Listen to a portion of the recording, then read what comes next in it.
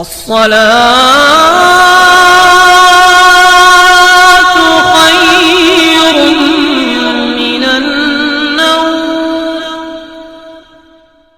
علیکم ورحمۃ اللہ وبرکاتہ۔ میں ہوں رشید اختر اور آپ دیکھ رہے ہیں سجاد نظامی ورلڈ۔ امید کرتا ہوں کہ آپ لوگ خیریت و عافیت سے ہوں گے۔ اللہ اور بھی آپ کو خوش رکھے، دین و دنیا کی دولت سے مالا مال فرمائے، آمین یا رب العالمین۔ دوستو، آج کا ویڈیو بہت بہترین ہے، قربانی کے تعلق سے ہے، اور سب سے مین جو ٹاپک ہے وہ یہ ہے کہ وہ کون سا جانور ہے جو 6 مہینے کی عمر میں اس کی قربانی جائز ہے۔ یعنی جانور 6 مہینے کا ہے لیکن پھر بھی اس کی قربانی ہم کر سکتے ہیں۔ تو آئیے یہاں سے میں شروع ہوتا ہوں۔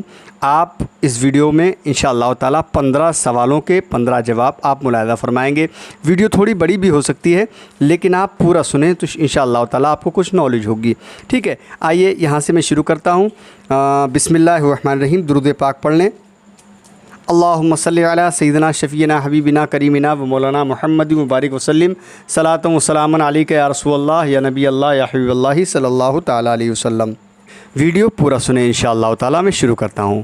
سب سے پہلا سوال ہے، کس صورت میں مالدار ہے انسان، مالک نصاب ہے، پھر بھی اس پر قربانی واجب نہیں؟ تو سن لیجئے انشاءاللہ اس کا جواب۔ یعنی انسان مالدار ہے اور مالک نصاب ہے، پھر بھی اس پر جو ہے قربانی واجب نہیں۔ جواب نمبر 1، مالدار مالک نصاب اگر مسافر ہے، یعنی مالدار بھی ہے اور مالک نصاب بھی ہے، اور اگر مسافر ہے، سفر میں ہے، تو اس صورت میں اس پر قربانی واجب نہیں کہ وجوب قربانی کے لیے مقیم ہونا شرط ہے۔ فتاوی عالمگیری جلد 5 مصری صفحہ نمبر 257 میں یہ حوالہ آپ کو مل سکتا ہے، آپ پڑھ سکتے ہیں انشاءاللہ۔ سوال نمبر 2، جو مالک نصاب نہیں ہے، یعنی جو مالک نصاب بھی نہیں ہے، اس پر قربانی واجب ہونے کی کیا صورت ہے؟ یعنی جو مالک نصاب بھی نہیں ہے اس پر قربانی واجب ہے، تو اس کی کیا صورت ہے؟ تو انشاءاللہ تعالی جواب نمبر 2 سن لیجئے۔ تو جواب نمبر 2 سن لیجئے، جو مالک نصاب نہیں ہے اس نے قربانی کی منت مانی، یعنی مالک نصاب بھی نہیں ہے لیکن اس نے قربانی کی منت مانی ہے، تو اس صورت میں اس پر قربانی واجب ہے۔ یا اس نے قربانی کی نیت سے کوئی جانور خریدا تو اس جانور کی قربانی واجب ہے۔ فتاوی عالمگیری جلد 5 صفحہ نمبر 257 میں یہ حوالہ موجود ہے۔ اب آگے بڑھتے ہیں۔ سوال نمبر 3، ایک شخص پر قربانی واجب ہوئی مگر اس نے قربانی نہیں کی اور گناہ گار بھی نہیں ہوا۔ ایک شخص پر قربانی واجب بھی ہو گئی مگر اس نے قربانی نہیں کی اور گناہ گار بھی نہیں ہوا، اس کی کیا صورت ہے؟ تو جواب نمبر 3 سن لیجئے، جبکہ ابتدائے وقت میں قربانی واجب ہوئی اور اس نے نہیں کی، یہاں تک کہ آخر وقت میں وجوب قربانی کے شرائط جاتے رہے، تو اس صورت میں وہ گناہ گار نہ ہوا۔ یعنی کہ قربانی کا دن آج سے شروع ہوا اور آج ہی جو ہے مطلب جو ہے ابتدائے وقت میں قربانی اس پر یعنی مالک نصاب ہوا، تو اس صورت میں جو ہے شرائط اس کے جاتے رہے، تو اس صورت میں وہ گناہ گار نہیں ہوگا۔ فتاوی عالمگیری جلد 5 صفحہ نمبر 259 میں یہ حوالہ موجود ہے۔ جی ہاں، اب آگے بڑھتے ہیں سوال نمبر 4 کی طرف۔ کس صورت میں ایک قربانی کرنے کے باوجود، وہ کون سی صورت ہے کہ ایک قربانی کی اس کے باوجود پھر اسی سال دوسری قربانی کرنا اس پر واجب ہے؟ تو جواب نمبر 4 سن لیجئے، جبکہ پہلی قربانی کی تو مالک نصاب نہ تھا، یعنی اگر پہلی قربانی کی تو مالک نصاب نہ تھا، پھر قربانی ہی کے دنوں میں مالک نصاب ہو گیا، تو اس صورت میں ایک قربانی کرنے کے باوجود پھر اسی سال دوسری قربانی کرنا اس پر واجب ہے، جیسا کہ فتاوی عالمگیری جلد 5 مصری صفحہ نمبر 259 میں یہ حوالہ موجود ہے۔ جی ہاں، اب سوال نمبر 5 ہے، کیا ہے سنیے، دیہاتی نے نماز عید سے پہلے قربانی کی مگر قربانی جائز نہیں ہوئی، اس کی صورت کیا ہے؟ دیہاتی نے، دیہات میں رہنے والا انسان ہے، اس نے نماز عید سے پہلے قربانی کی مگر قربانی جائز نہیں ہوئی، اس کی صورت کیا ہے؟ سن لیجئے جواب نمبر 5، اگر دیہاتی نے شہر میں نماز عید سے پہلے قربانی کی تو قربانی نہیں ہوگی۔ اگر دیہات میں رہنے والا انسان ہے نا، تو اس نے جو ہے شہر میں نماز عید سے پہلے قربانی کی تو قربانی نہیں ہوئی۔ اعلیٰ حضرت امام محمد رضا فاضل بریلوی علیہ رحمت و رضوان تحریر فرماتے ہیں کہ اگر قربانی شہر میں ہو جہاں نماز عید واجب ہے تو لازم ہے کہ بعد نماز ہو، یعنی نماز کے بعد ہو، اور اگر نماز سے پہلے کر لی تو قربانی نہیں ہوگی۔ فتاوی افریقی مطبوعہ لاہور صفحہ نمبر 13 میں یہ حوالہ موجود ہے۔ آگے بڑھتے ہیں سوال نمبر 6 کی طرف۔ جانور ذبح کیا گیا اور قربانی کی نیت نہیں کی گئی مگر قربانی ہو گئی، یعنی جانور ذبح بھی کر دیا اور کوئی دعا نہیں پڑھی، نیت نہیں کی، نیت نہیں پڑھی گئی مگر قربانی ہو گئی، اس کی صورت کیا ہے؟ تو سن لیجیے انشاءاللہ، یہ سوال جو ہے بہت امپورٹنٹ ہے، آپ سنیے انشاءاللہ تعالی جواب نمبر 6